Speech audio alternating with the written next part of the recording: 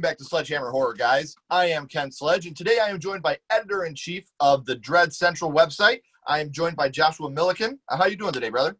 I'm doing fantastic. Thanks for having me. Oh, no problem, man. This is an honor. You guys kick ass over there at Dread Central. If you Thank don't believe me, click the link down here in the description. You'll see for yourself. So for the people that aren't familiar with Dread Central, can you kind of fill people in a little bit on what you guys do over there? Absolutely. I mean, Dread Central is one of the most trusted, longest running horror websites in the world. Been around for about 15 years now. I'm lucky as hell to have been able to join a team with such a fantastic legacy. I've been with the company for about 5 years, in a managerial position for about 3, editor-in-chief for about 1.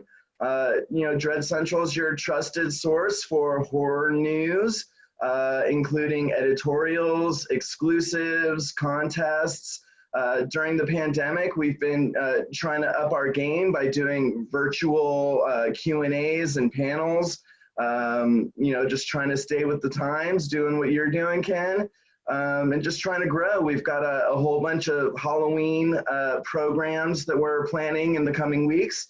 Our theme is Dread Central Brings Halloween Home. Trying to do something for the community since we're all kind of on lockdown on our favorite day of the year this year. But, just trying to approximate the horror experience through these panels, giving people the convention experience, the film festival experience, and the Halloween experience. 2020 has been a crazy year, and Dread Central's in the thick of it with our fans, just trying to, maintain a semblance of normalcy. Absolutely. Now, I believe this episode will air after Halloween. So if you have any updates before then about things you're doing, let me know so I can promote those as well. Because like I said, I want to try to I love Dread Central. When I heard you were willing to do this, that was a huge ups for me. Oh, thank you. It's like Dread Central and the Daily Dead are the two that I'm always checking all the time. I love Daily Dead. Jonathan, the owner of Daily Dead, is just a gentleman. And Heather Wixon, their head writer, editor-in-chief, a tour de force in the horror community. You'll never hear me say anything except positive stuff about Daily Dead. And I got to tell you, I love 99% of the other horror websites out there. The idea that, Dread Central hates Bloody Disgusting is really just a myth. I love Bloody Disgusting. I love Daily Dead. I love everyone out there who's doing something to elevate the horror community. And, there's no competition because horror is too big for just one website or just one podcast, So and not just that, but we're all a family, man. Like, that's one thing that I hear. I have a lot of people that ask me because I guess James from Dead Meat, he does my favorite horror movie. And, people ask me, I'm like, dude, I love Dead Meat.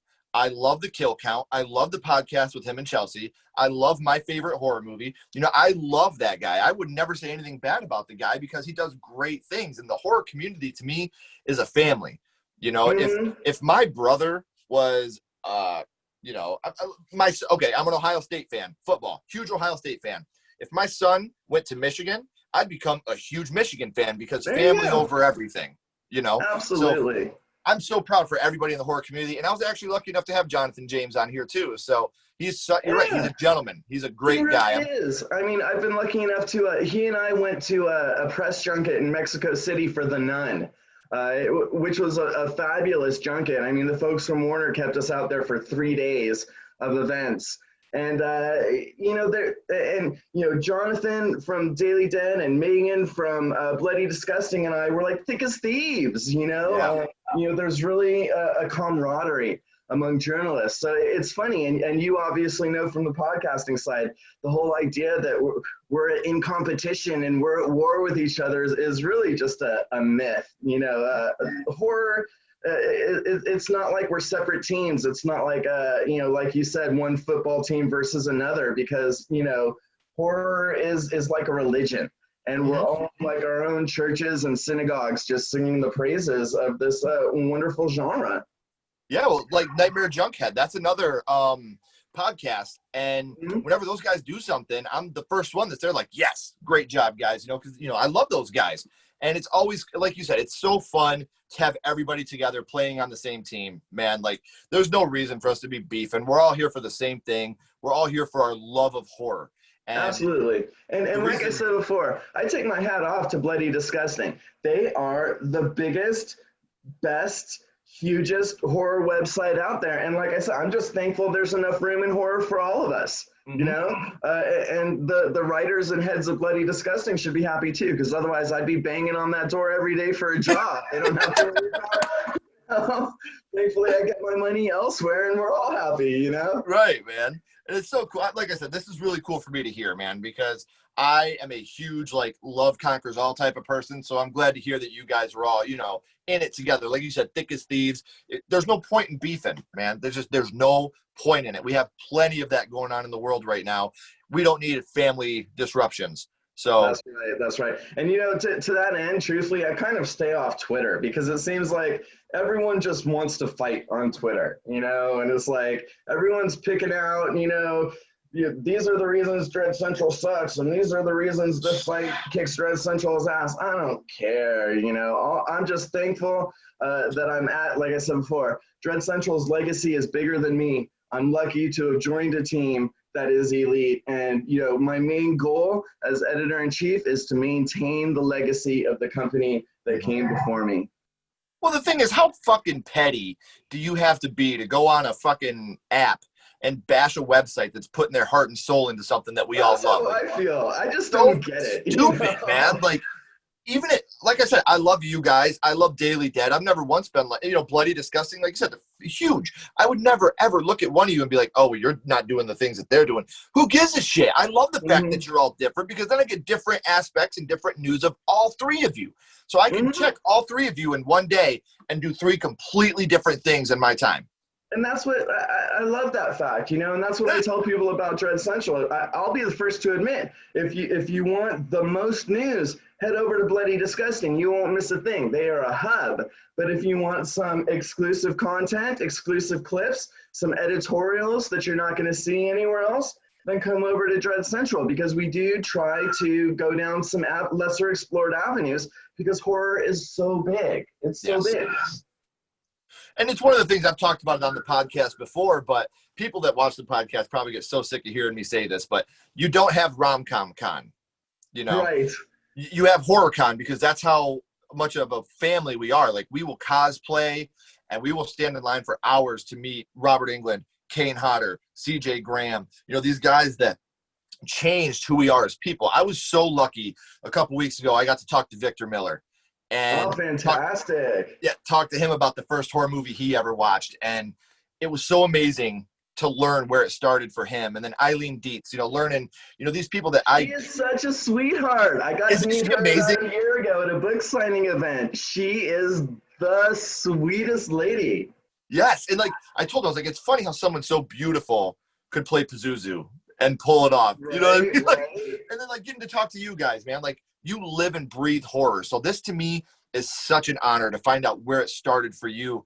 And again, from the bottom of my heart, thank you for coming on. This is so awesome. Oh, shit, Ken. Thank you so much for inviting me. It's always such a pleasure, to be considered an important part of the horror community enough for people to invite to have on as a guest. So thank you. Yeah. Anytime, man. And we'll talk more about some more stuff later on after we're done, because I do got some questions for you when we end this, but we haven't even started, man. We want to know where horror started for you. The first horror movie that you ever watched was? Well, the first one that made like a huge impression on me was The Fly. I think I saw Gremlins first, but Gremlins was just kind of like a thrilling, fun movie for me. Excuse me. I saw The Fly. It was rated R. I wasn't 18 yet, and my dad took me to see it, I guess thinking it was just going to be like a Vincent Price thing with like a little fly man. And I tell you, that movie just destroyed me, but in the best possible way. I remember literally like running to get out of the theater, but then stopping at the door of the theater and looking back, I can't leave. And then like kind of like meekly creeping back to my seat and sitting down to check it out more. I mean, The Fly, Jeff Goldblum, his performance is just so outstanding. The gothic oppressiveness of that film was outstanding. And also for me, as like a 10, 11-year-old watching it, the whole thing kind of seemed like a metaphor for puberty in some ways, about these like terrible, scary changes that were about to go on in my own body and that were about to turn me from a cute little, pupa into this gross, crazy, hairy insect. You know what I'm saying? Right. So The Fly just blew my mind. I've been a huge Cronenberg fan ever since. One of the best remakes of all time. Oh, absolutely. And people forget it's a remake. Or I can just say The Fly. I didn't have to say The Fly 1986 or Cronenberg's The Fly. I think these days when a horror fan says, I was supremely influenced by The Fly, they're talking about Jeff Goldblum and David Cronenberg. Kind of the same way when you say The Thing, no one thinks you're talking about The Thing from another planet. They know you're talking about John Carpenter's The Thing. Absolutely. And it's funny because even watching now, because I always go back when I am about to talk to a guest, so I don't look like an idiot. I always go back and rewatch the films to catch myself up. But I haven't seen The Fly in probably a good 10 to 15 years. It still grosses you out watching this movie. Like, it's so disgusting watching this movie. And it's one of those things where, as a kid, I can't believe this movie didn't affect me more now that I watch it, as an adult. But, like, there are so many scenes, which kind of leads me to my first question for you. Which scene from that movie really affected you the most? I mean, yeah, okay. I love horror movie. I watch it all the time. Nothing scares me. People watch horror movies with me and go, Josh, you never jump at the jump scares. You never freak out. You know what freaks me out? Teeth and fingernails. So when the teeth start dropping, instantly my stomach drops. And the peeling off peeling it. Oh, it's so gross. And isn't that crazy how, I can watch someone being disemboweled and be kind of like, but then you show something that simple and I'm climbing the walls, man. I am climbing the walls. Dude, I get it. Because even when you're watching it, like you said, you're watching him fall apart.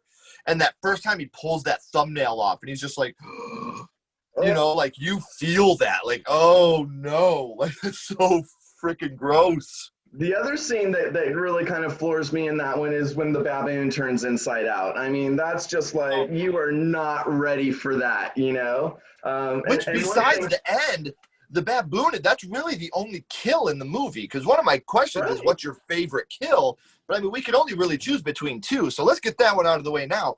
Do you think it was between the baboon, obviously, or Goldblum himself? Which one do you think affected you the most? Which one do you prefer to watch, I guess? That is a good question. I mean, I think it's the ultimate kill at the end because, I mean, it's almost like Romeo and Juliet in a lot of ways. Watching it again as an adult, you realize how much of it is a love story and how it's about trying to conquer all in a love story and just not being able to make it. But something that's worth talking about, excuse me, and when we're talking about how few kills there actually are in The Fly, there's some amazing deleted material that you can find on YouTube. And one of them is a scene where Jeff Brendel is experimenting with the idea of fusing two beings into one, which is his ultimate plan for he and Gina Davis. And so he tries to take a baboon and a cat and fuse them together. You can find the entire scene online, and it's not one of these scenes where they edit it out and so they never finish the special effects. It is a full scene where Jeff Goldblum fuses a cat and a monkey, and the thing that comes out is an utter monstrosity. It's kind of funny because it jumps out of the pod and it's got like 6 legs and it's attacking him, and he does kill it, right? And so you see this whole thing where he kills it. I guess David Cronenberg took it out because you really kind of lose a lot of your sympathy for Jeff Goldblum, seeing him kind of like purposely kill an animal. And apparently there was supposed to be a scene after that where he's like disposing of the body of this thing and a homeless woman approaches him and he kills her too. That was never filmed, so you can't find that. You can find the monkey cat scene, but yeah, those are a couple scenes that there was meant to be more violence, there was meant to be more killing, and David Cronenberg intentionally dialed it back so that we would never lose our sympathies for Jeff Goldblum, so that he would never lose his humanity until the very, very, very end. And one other scene we forgot to mention that's absolutely worth mentioning is the maggot birth scene. Oh, I was going to bring that up. That was one I was going to bring up. Oh, good. Can't not mention maggot birth,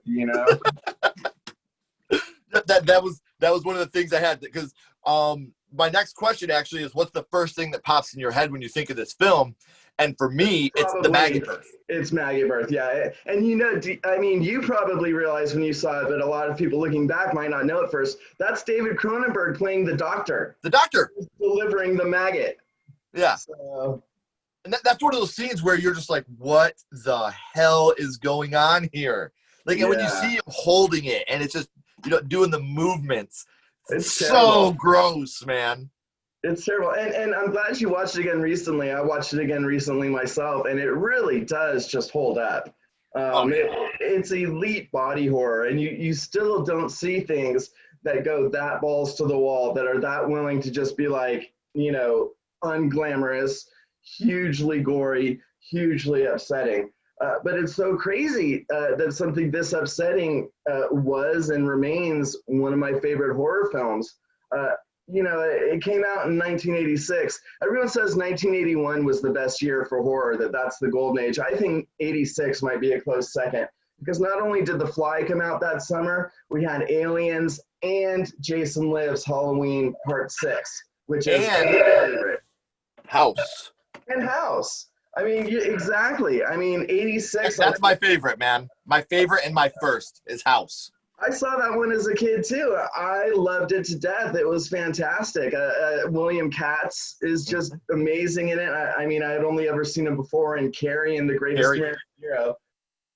But House is another one. 1986 is just a great year for horror. It's no wonder I am who I am seeing these films, as an 11 and 10-year-old, because they were just some of the best films of the 80s. And we talk about with The Thing from the 80s, we talk about the practical effects in that, and that is a practical effect masterpiece. It sure is. But look at the practical effects in The Fly as well. Like, it is fucking gross. A lot of this movie is just like you said, I could watch, let's just take Saw 3, for example, when the dude's getting his arms twisted in the machine and his head twisted around. I can watch that no problem, but a lot of the mucus and the stuff coming off the fly, you're just like, oh my God, this is so disgusting. Right. And just imagining what Jeff Goldblum and everybody went through doing that filming. I heard sometimes there was up to 40 pounds of prosthetics on them, which is completely believable. And, I would never throw any shade at The Thing, but, I think the practical effects in The Fly hold up a lot better. Oh, I think The Fly I think The Fly, The Thing, and Nightmare on Elm Street, the first one, I love the practical effects they used in all those. And especially with the budget they had for those, nothing like a huge Hollywood blockbuster. So I'm really proud of those movies when I go back and watch them. We talked about a couple different scenes from The Fly. Now I want to break it down a little bit different. Not one that affected you or grossed you out. What scene from this movie is your absolute favorite scene? Because if people that haven't seen The Fly, you hear The Fly and you're just like, oh, it's a fly. It's not a fly. You got to watch the movie to understand. But not only is this a horror movie, it is really a romantic movie as well. Like we were saying earlier, it's almost a Romeo and Juliet. There's a lot of sadness to this movie that as a kid you don't pick up on quite as much as you do as a 34-year-old adult. So there is a lot of heartbreak and sadness to this movie as well, which I think in the horror world, there's always heartbreak and sadness. That's what makes us feel for our, antagonist, our protagonist, whichever one you're on the fence, Freddy Krueger, whoever you're on the fence for, there's always that heartbreak and sadness. But I think The Fly really takes that to the next level. So throughout the whole movie, what do you think your favorite scene is? Well, I think that I was just pulled in so immediately, by Jeff Goldblum's character, because he was such a nerd. He was kind of a nobody. And I remember this whole thing about him kind of like twisting Gina Davis's arm to get her to come back to his lab. I'm going to show you something fantastic. And the way she is so skeptical, and the way he really kind of turns her around just by giving her this brief demonstration. He transports one of her stockings, this really sexy black stocking, goes from one pod to the other. And the scene itself is so tame compared to what we're about to see, but just her moment of surprise when she's like, wait a minute, this guy isn't full of shit. The spark that develops between the two, where she's like, okay, this guy might not be much to look at, but there's a lot more going on below the surface. I never thought of a favorite scene before, but when you asked, that's what popped into my head immediately. He's kind of like playing the piano to set the mood at first, scientist, fan of the opera kind of feel. and then he really kind of brings her over. I think that was an amazing scene, and it didn't surprise me at all then to learn later in life that they actually became a couple after acting together on this film.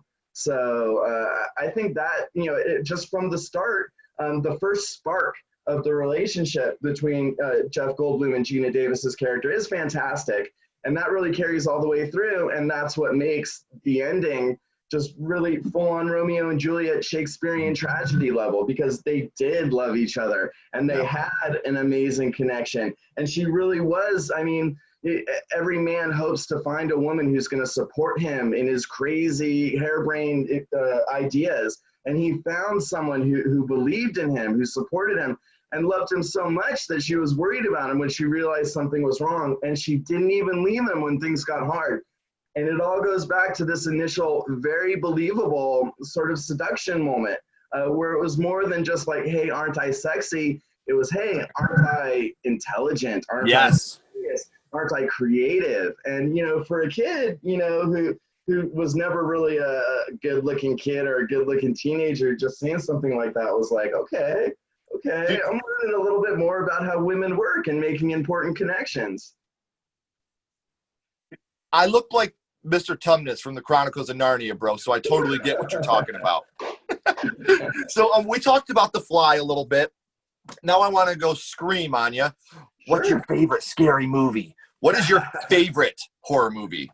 Favorite horror movie of all time? I mean, it fluctuates so much, but let me think. I mean, I think Martyrs would have to be one of my favorite, just because, I loved horror growing up. 1986 is the year that made me a horror, but it was the mid-2000s that kind of reinvigorated my love of horror and sent me on a journey of horror journalism. And, I remember the early days of Netflix. Like, remember when Netflix used to actually send you discs? Yeah, they would send it to you in the little red. Yes, absolutely, right, I do. Right. And then I remember the first time they started streaming movies for their subscribers. And it was a real treasure trove. I mean, not to shit on Netflix, but it really isn't the resource it was back in the day.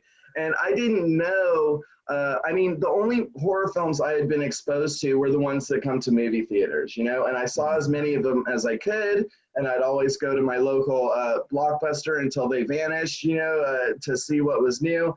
But I had never really seen what was being produced outside of America or the Hollywood bubble.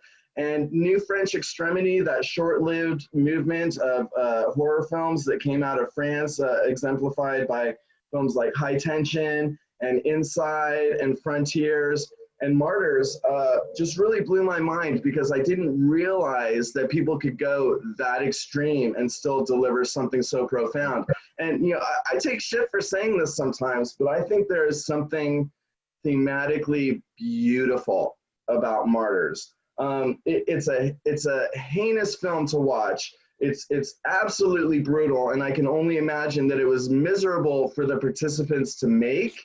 But thinking about the themes explored, transcendence through pain, this whole idea of a cult basically obsessed with the afterlife, with pioneering and researching the afterlife, and when Anna overcomes all her fears in the end and has no fear, and that actually gives her, that's like the final step in her process of being able to see, gives her like a portal into the beyond. I think that there's something very beautiful about that. And of course the American version was just complete shit, Always. But I mean, in terms of just being given an experience that resonated within me, that stuck with me, Martyrs just did something unprecedented. I couldn't stop talking about that film, and that's actually kind of the film that led me into horror journalism. At the time, my girlfriend at the time couldn't stand horror movies, but I saw this movie Martyrs, and just describing it to her, she was rapt, Yeah. And the more I did this with other films I saw and explained to her, she was like, Josh, I would never watch any of these horror movies, but I love hearing you talk about them. You should start a horror movie blog. And the rest is kind of history. That set me on, my journey to make a career out of being a professional horror movie watcher. And I'm living the fucking dream, you know, the fact that it happened. So I think Martyrs is really elite. It's right up there when you ask about favorites. Of course, you ask me on another day of the week, I'll tell you something completely Always, man. right. You know, I really like the writer-director of Martyrs, Pascal Laurie. I know I'm pronouncing his last name wrong. You might want to do some computer magic and spell it correctly under us when, you know, this goes live or whatever. But he did a film more recently called Incident in a Ghostland, or just Ghostland, depending on how it was marketed. Very different, but also an incredibly powerful horror movie that I really, really loved. And out of that whole period, Alexander Asia, who did High Tension, has become one of America's best horror directors with his remakes of The Hills Have Eyes, Piranha, and, you know, just recently he directed Crawl, which was one of the best movies of 2019. So Dude, that was so good. In terms of what my favorite current horror movie, kind of a longer answer than you were probably expecting. No, dude, the thing I love about this, the reason I don't tell people I'm going to ask that question is because I want it to be genuine. I don't want you to plan it beforehand. I want you to just, oh, shit, this. That's where I get the most genuine answer. I don't give you time to sit and stew about it. It's just, this is what it is. You know, and you're talking about video stores. I grew up in a video store. My parents owned a video store called Downtown Video. Nice. And I would just walk around looking at the covers of movies, and that was my YouTube. That was my trailers, looking at the covers. That's why I'm such a big fan of posters. I have probably over 100 film posters that are tucked away in the house because that was my trailers, was just walking by and, oh man, look at Fright Night, that thing in the clouds. That's awesome. Let's get that one. You know, like that was me growing up. That's how I decided what I would watch. And I think that's why I gravitated more towards horror because, you know, look at the cover of Pretty in Pink and then look at the cover of Creepshow. Yeah, we just had an article on Dread Central recently about just this wonderful VHS cover art, which was often misleading, you know, and that was kind of like the gamble of it all. But you're absolutely right. And, you know, just one more thing I want to mention, you know, if our talking about Martyrs, me talking about Martyrs is resonating with any of your readers or listeners, Epic Pictures and Dread Presents is releasing a new film in November, probably maybe around the time this is released. And it's called Sleepless Beauties. And it's a foreign film, no, Sleepless Beauty, singular, excuse me. It's a foreign film from Russia. But what really attracted us to this film is it almost takes place in the same universe as Martyrs. I feel like the director and writer of this film were clearly very influenced by Martyrs. And instead of hiding that, they made something that's almost interchangeable with this universe. So maybe you can add some links in there when it's time. I'll give you all the info. Yes, I would love to. Listening to this and going, oh, you're right. Martyrs was a great film. We haven't seen anything like it in 15 years. I really want to encourage people to give foreign film a chance and check out Sleepless Beauty, when it arrives in November, because if you've ever wanted to go back to the world of Martyrs, I think this is as close to anything. What's it being released on? It's going to be released on Blu-ray and VOD. It'll probably come out on VOD first, probably the first 2 weeks of November, and then we'll get the DVD out before the holiday. As soon as you have any links to that, please send them to me, because that way not only I can promote it in the link down here in the description, guys, I can also promote it on social media too to try to get more people into it. Fantastic. Before we go, I think people will like it. Oh, I don't doubt it. If you like it, I'm in. You're good people. All right. Before we go, I always ask the same question. We always end with the same question. Lay it on me. Skull count. We're going back to The Fly, ranking 0 to 5 skulls. You can use half and quarter skulls. What would you rank The Fly on a scale of 0 to 5? I think I know the answer, but I gotta ask. Overall, or just on gore? Overall, your overall feeling of the film. Yeah, 4, absolutely. I mean, you know, I've only ever given one 4.5 review, and since no 0.5s are allowed, you know, I've never given a 5-star review to anything because I kind of feel like the perfect horror film doesn't exist yet. So even The Exorcist for me would only be like a 4.5 because there has to be room to go beyond that. So The Fly and no fractions, absolutely a 4. It's no, you can use fractions. I still think about a 4. You know, and you know, The Exorcist would be a 4.5. And in my world of rating, like I said, I've never given a 5-star yet. Maybe in my lifetime I'll see something that goes all the way. and then you'll never have to ask again what my favorite horror movie is, because it'll be the only one I've ever given a 5-star to. That is awesome. Like I said, don't go anywhere. I got a couple more questions for you. Sure. Everybody else, please. These guys do a lot of hard work over there, especially during the pandemic. They're still doing everything they can to make sure that we're entertained. They're giving us exclusive content down here at dreadcentral.com. I also have their social media links down here. So if you want to check those out, it would really be appreciated, not just by them, but by me as well. Because like I said, these guys are out there working their asses off, trying to give us the best content we can possibly get. So you're not only doing it for us, but you're doing it for yourself. So you could be in the loop and you can see all this exclusive content. It's a beauty. It's awesome. So down here, the link's in the description. Thank you guys for watching. Keep talking horror. Stay what you are. And we'll talk to you guys soon.